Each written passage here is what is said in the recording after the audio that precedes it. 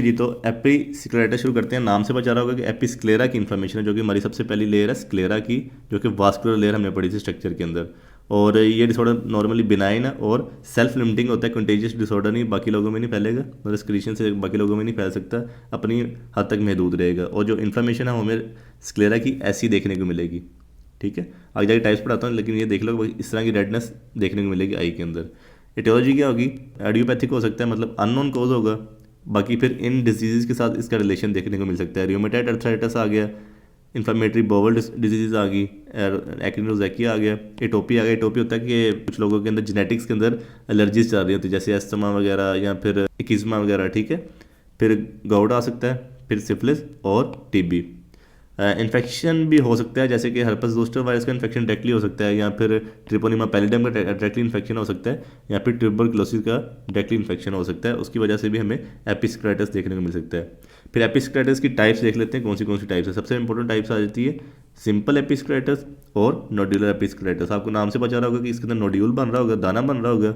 ये सिंपल होगा, diffuse inflammation होगी। इसकी भी दो फर्दर टाइप्स आ जाती है, एक सेक्टोरल हो जाता है, दूसरा डिफ्यूज हो जाता है। डिफ्यूज का मतलब है कि पूरी की पूरी आंख को इन्वॉल्व कर रहा होगा। सेक्टोरल का मतलब है आई के एक सेक्टर को इन्वॉल्व कर रहा होगा। ठीक है, वो डिफ्यूज नहीं इन्वॉल्व कर रहा है, ये सेक्टर को इन्वॉल्व कर रहा है। कॉमन हमारा सेक्टोरल ही है, जो कि 70% है, और डिफ्यूज वाला 30% है। ये जो ऊपर आपको नज़र आ रही है, ये भी हमारी सेक्टोरल है। सेक्टर को इन्वॉल्व किया हुआ, सारी आई को इन्वॉल्व किया हुआ। और सारी आई को इन्वॉल्व करता है तो उसको हम कहते हैं कि ये डिफ्यूज इन्फॉर्मेशन है। आपको डायग्राम समझा देता हूँ। अगर ये सेक्टर को इतने को इन्वॉल्व कर लेगी ना, तो उसको हम कहते हैं सेक्टोरल इन्फॉर्मेशन हो चुकी है। अगर डिफ्यूजली कर लेगी तो उसको हम कहेंगे डिफ्यूज हो चुकी है। अगर दाना बन जाएगा, साइडों में थोड़ी बहुत इन्फॉर्मेशन देखने को मिलेगी, उसको हम कहेंगे नोड्यूलर एपिस्क्लेराइटिस हो चुका हुआ है।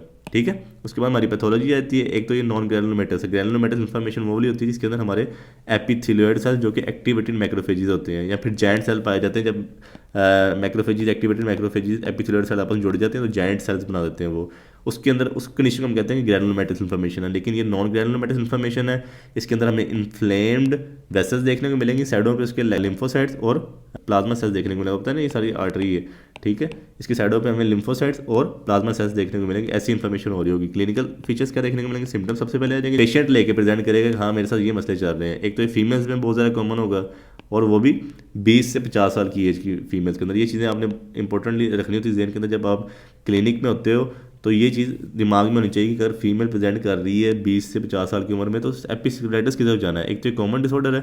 ठीक है, दूसरा अगर आपका ये फॉल कर रहा है इस ग्रुप के अंदर, इस एज ग्रुप के अंदर और जेंडर के अंदर, तो आपने पिक कर लेना है कि एपिस्क्लेराइटिस ही है। और सडन ऑनसेट होगा, अचानक से ऑनसेट होगा, याद रखना है, क्योंकि हमने डिफ्रेंशिएट करना है सिक्लेराइटिस के साथ, जो नेक्स्ट हमने डिसऑर्डर पढ़ना है। फिर आंखों में गरम गरम आंखें फील होंगी। दूसरा फ्लिकरिंग सेंसेशन होगी, मतलब आंखों में जैसे सुइयाँ चुभ रही हैं। और डिस्कम्फर्ट मेनली होगा।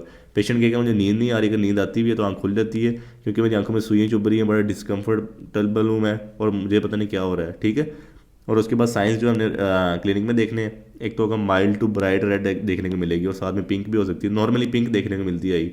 ठीक है, और सालमन पिंक देखने को मिलेगा कलर नेचुरल लाइट के अंदर। सालमन पिंक कलर होता है। आपने फिश का कलर देखा होगा ना, फिश का गोश्त, जो सालमन फिश होती है जिसका पिंकिश टू ऑरेंज कलर दे रही होती है, आप गूगल से चेक कर लेना।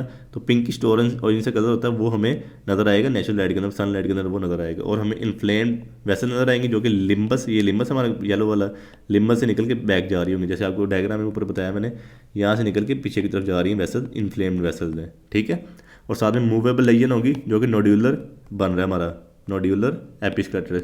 अगर इसको हम किसी स्टीराइल कॉटन के साथ, स्टीराइल कॉटन के आगे से आप निब बना लो, ठीक है, मोड़ के, और बाद में उसके ऊपर आप लगा के इसको घुमाने की कोशिश करोगे ना, तो ये मूवेबल नोड्यूल होगा।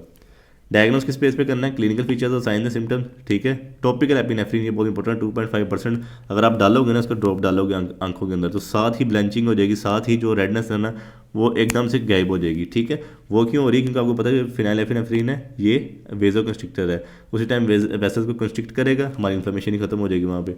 ठीक है, और अगर स्क्लेरोसिस के केस में अगर हम यही डालते हैं तो इन्फॉर्मेशन जाएगी नहीं, तो हमें पता चल जाएगा कि ये एपिस्क्लेराइटिस है, सिक्लेराइटिस नहीं है। वो हम स्क्लेराइटिस अगर नेक्स्ट वीडियो में पढ़ते हैं। फिर हमने डिफरेंशियल डायग्नोसिस किस बेस पे करना होता है कि एक कंजक्टिवाइटिस से डिफरेंशियल डायग्नोस करना होता है, दूसरा स्क्लेराइटिस से करना होता है। स्क्लेराइटिस का मैं आपको बता दूंगा नेक्स्ट वीडियो में।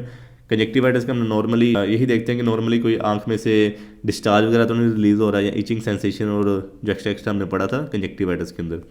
बाकी ट्रीटमेंट किस बेस पे करना है? ट्रीटमेंट होगा स्पॉन्टेनियस से खुद ब खुद रिजॉल्व हो जाता है 1 से 2 वीक्स के अंदर, या फिर आर्टिफिशियल टीयर्स दो, टॉपिकल आर्टिफिशियल टीयर्स, ये भी मतलब बहुत मुफीद है। और दूसरा टॉपिकल वेज़ोकंस्ट्रिक्टर मैं बता चुका हूँ आपको, फिनाइलेफिनेफ्रिन वगैरह या फिर टॉपिकल स्टीरॉयड बहुत मतलब काम कर जाती हैं आप इन्फॉर्मेशन को रिड्यूस करने में, या फिर topical non steroid anti inflammatory drugs, उनसे इंपॉर्टेंट है स्टीरॉयड या आप स्टीरॉयड्स पे ही ज़्यादा फोकस करो, ठीक है। उसके बाद oral non steroid anti inflammatory drugs दे सकते हैं जैसे डिक्लोफेनेक वगैरह।